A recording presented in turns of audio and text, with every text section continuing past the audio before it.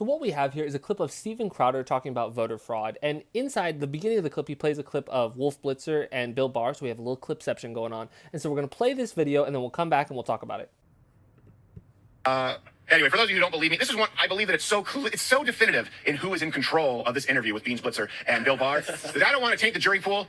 You tell me. As far as widespread fraud, we haven't seen that since. We haven't had the kind of widespread use of mail-in ballots that's being proposed. We've had absentee ballots from people who request them from a specific address. Now what we're talking about is mailing them to everyone on the voter list when everyone knows those voter lists are inaccurate. People who should get them don't get them, which is what has been one of the major complaints in states that have tried this in municipal elections. And people who get them are not the right people. They're people who have replaced the previous occupant, and they can make them out. And sometimes multiple ballots come to the same address with a whole several generations of occupants. Do you think that's a way to run a vote? I love Bill Barr. That man bent over Wolf Blitzer. He threw him a question again that he knew the answer to. Do you think that's a way to run an election? The only correct answer is no.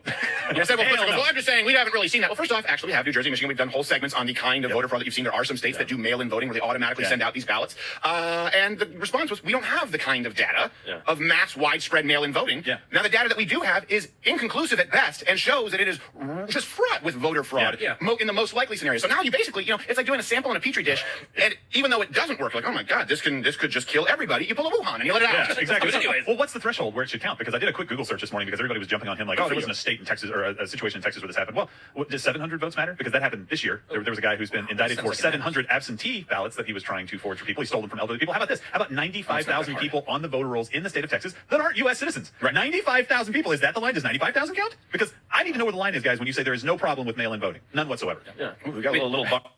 So there was so much wrong there, and I had it sped up a little bit, that way we could watch the whole thing. And so there were a ton wrong with what he said. And so the first thing, we'll address the Bill Barr Wolf Blitzer clip. And so Bill Barr says, well, we haven't seen the kind of widespread voting that we're going to have, so how, we don't know if there's going to be voter fraud or not. And so it's like, what we would do, Bill, is we would extrapolate from the data that we do have whether or not, if there's a lot of voter fraud there, then we can see if there's going to be more voter fraud in this situation. And Wolf Blitzer is right. There is very, very little evidence of any voter fraud happening, at least, especially not at a higher rate than regular voting. Like, there is voter fraud. Don't get me wrong. Like, voter fraud is like a thing that happens, but it's not this like widespread thing. You can find anecdotal evidence, sure, but like that's not like how you measure whether or not something is a problem. And that's the problem. That's the problem with Steven Crowder here. And he talked about, it's this widespread issue. Like the situations that we've had are widespread, where they're fraught with voter fraud is the terminology he used. And it's like, so there was a study done in 2017, and it found that there was between 0.00004% and 0.00009% chance of voter fraud happening. And this was done in U.S. elections regarding mail-in voting. And that's 4 zeros there. And so Steven Crowder is the kind of guy that says that, there's not a problem with, black Americans being killed by the police. And so there was a study done in 2019 that showed that black men have a between 1 in 1,000 chance of being killed by the police. 1 in 1,000. So that's 0.001%. That's 2 zeros. Now, I know Steven Crowder, he might have a hard time with math sometimes, but 2 zeros, when it comes to decimals like that, that actually means the number's bigger. You know what I mean? Because we're talking about decimals, two zeros and 4 zeros, that's the difference right there. So there's a higher chance of that, but he would say that that's not a problem, but that voter fraud, huge problem. So it's just like being totally, totally insincere with the evidence. The stuff he's talking about Michigan, Pennsylvania, I'll link 2 sources below regarding that. Not what he's saying. He's just painting a picture that isn't real. He's painting something that's not happening. And then with what that other guy said, his buddy there, I don't know the guy's name, but he talked about the 700 votes, the indictment there. So one, the guy is being indicted, so it's not like it went like undone. Like the guy, they didn't count those votes because they got him. And that's with absentee ballots.